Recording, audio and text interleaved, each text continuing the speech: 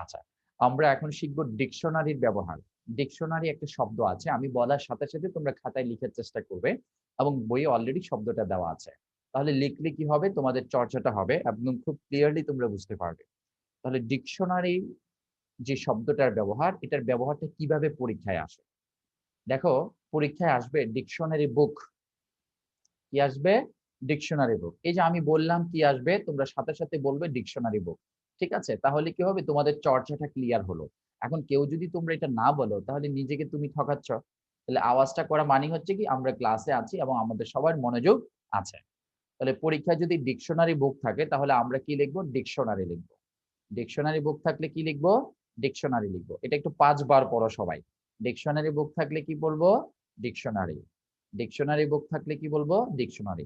এখন প্রশ্ন করতে পারো যে ভাইয়া, ডিকশনারি বুক থাকলে এটাকে কেন ডিকশনারি করবেন আপনি? বুকটাকে কেন বাদ দিবেন?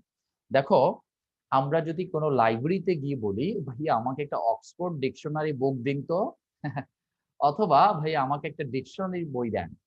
আসলে এটা একটা বেমানান একটা শব্দ। কারণ ডিকশনারি হচ্ছে একটা শব্দ ভান্ডারের একটা বইয়ের নাম। যেখানে সকল শব্দের কি থাকে? সংযুক্তি এবং সংকলন থাকে। তাহলে আমরা এই ডিকশনারি বুক, এটা অতিরঞ্জিত হবে যদি বুক শব্দটা আমরা এখানে ব্যবহার করি।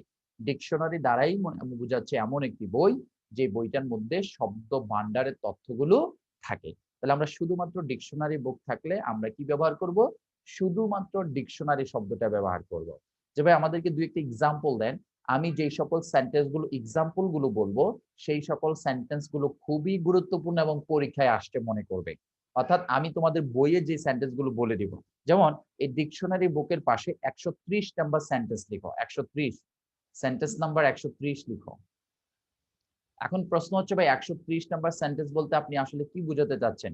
যারা আমাদের পুরাতন স্টুডেন্ট তোমরা অলরেডি বুঝে গেছো, যারা নতুন স্টুডেন্ট তোমাদের একটু বুঝতে অসুবিধা হবে। ১৩০ নাম্বার, আমরা একটু আমাদের বইয়ের একটু পিছনের দিকে যাব। একটু পিছনের দিকে, একটু পিছনের দিকে গেলে আমরা দেখতে পাবো ১৩০ নাম্বার সেন্টেন্সটি। আচ্ছা, এখানে একটু তোমাদের বুঝতে একটু অসুবিধা হবে, কারণ হচ্ছে এখানে সিরিয়াল নাম্বার গুলো একটু অগোছালো আছে, কারণ হচ্ছে এটা ফ্রেজের সমস্যা ছিল। যেমন দেখো, প্রথম পেজে 50 নাম্বার পেজে ১ থেকে ৪৮ আছে। ১ থেকে ৪৮। তারপরে ৫১ নাম্বার পেজে ৪৯ থেকে ৯৭। না, এটা তো আমারটা পুরাতন বই। ঠিক আছে তো, আমার পুরাতন বই ঠিক আছে, বাট নতুন বই হচ্ছে কি, ডাবল চলে আসছে যে ৪৮ নাম্বার পেজে আসছে ১ থেকে ৪৮। আবার ৪৯ নাম্বার পেজে আসছে ১ থেকে ৪৯। আর আবার ৫০ নাম্বার পেজে আসছে ১ থেকে ৪৯। আবার ৫১ নাম্বার পেজে আসছে ১ থেকে ৪৪। এখন তাহলে ভাইয়া আমরা যে সেন্টেন্সটা আপনি বলছেন ১৩০ নাম্বার সেন্টেন্স আমরা কিভাবে খুঁজে পাবো, ঠিক না? এই সমস্যাটা আমি তোমাদের সমাধান করে দিচ্ছি। তোমরা যখন ক্লাস শেষ হবে, তোমরা ক্লাস শেষে, আচ্ছা ক্লাস শেষ না, তোমরা একটু ১৩০ নাম্বার সেন্টেন্সটা হচ্ছে,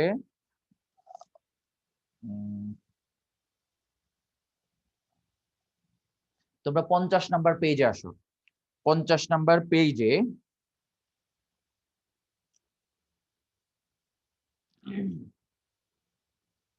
৩৩ নাম্বার সেন্টেন্সটা দেখো। ৩৩ নাম্বার সেন্টেন্স, ৫০ নাম্বার পেজে ৩৩ নাম্বার সেন্টেন্সটা দেখো। আমার সাথে একজন একটু রেসপন্স করো, তাহলে আমার একটু সুবিধা হবে আসলে। তোমরা পাইছো কি? নাইমা, জি নাইমা বলো। জি ভাইয়া। এটা তো ৩৩ নাম্বার সেন্টেন্স ছিল আগে, ঠিক না? জি ভাইয়া। এই ৩৩ নাম্বার সেন্টেন্সটাকে তোমরা ১৩০ করো। ১৩০ করো। আমি পরে বিস্তারিত বলে দিচ্ছি তোমাদেরকে কিভাবে কারেক্ট করতে হবে। তাহলে দেখো, এই ১৩০ নাম্বার সেন্টেন্সটাকে আমরা কিভাবে কারেকশন করব? এখানে ২টা কারেকশন আছে। ২টা কারেকশন। লুক এট শব্দটার নিচে দাগ দাও, ডিকশনারি বুকের নিচে দাগ দাও। লুক এট এই শব্দটা নিচে দাগ দাও এবং ডিকশনারি বুক এই শব্দটা নিচে দাগ দাও। এখানে ২টা কারেকশন।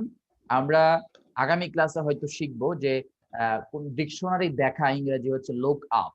ডিকশনারি থেকে কোনো শব্দ দেখা মানে কি? লুক আপ হয়। এটা আগামী ক্লাসে আমরা শিখবো। তাহলে এখানে লুক এট এই শব্দটার জায়গায় আমাদেরকে কি বসাতে হবে? লুক আপ ব্যবহার করতে হবে। লুক আপ, তাহলে ডিকশনারি দেখা ইংরেজি হচ্ছে কি লুক আপ, তাহলে এখানে লোড অ্যাট হবে না, লুক আপ হবে। আর ডিকশনারি বুকের জায়গায় কি হবে, শুধুমাত্র ডিকশনারি হবে। তাহলে এখানে ডিকশনারি বুকের জায়গায় কি হবে, শুধুমাত্র ডিকশনারি হবে। আশা করি সবাই বুঝতে পেরেছো। তাহলে কি বলছে যে look at the word in the dictionary book, look at the word শব্দগুলো দেখো ডিকশনারিতে, লুক এট দ্য ওয়ার্ড শব্দটি দেখো ইন দ্য ডিকশনারি মানে ডিকশনারিতে। সো এখানে ডিকশনারি বুকটা আর আমরা বুক শব্দটা অতিরিক্ত ব্যবহার করব না। সবাইকে বুঝতে পেরেছো? জি তাহলে ভাইয়া। ডিকশনারি বুক থাকলে শুধু ডিকশনারি হবে, লুক এট থাকলে লুক আপ হবে, কারণ ডিকশনারিতে কোনো শব্দ দেখা মানে হচ্ছে লুক আপ। সবাই কি ক্লিয়ার? এই নিয়মটা কি সবাই ক্লিয়ার? আচ্ছা ঠিক আছে, থ্যাংক ইউ।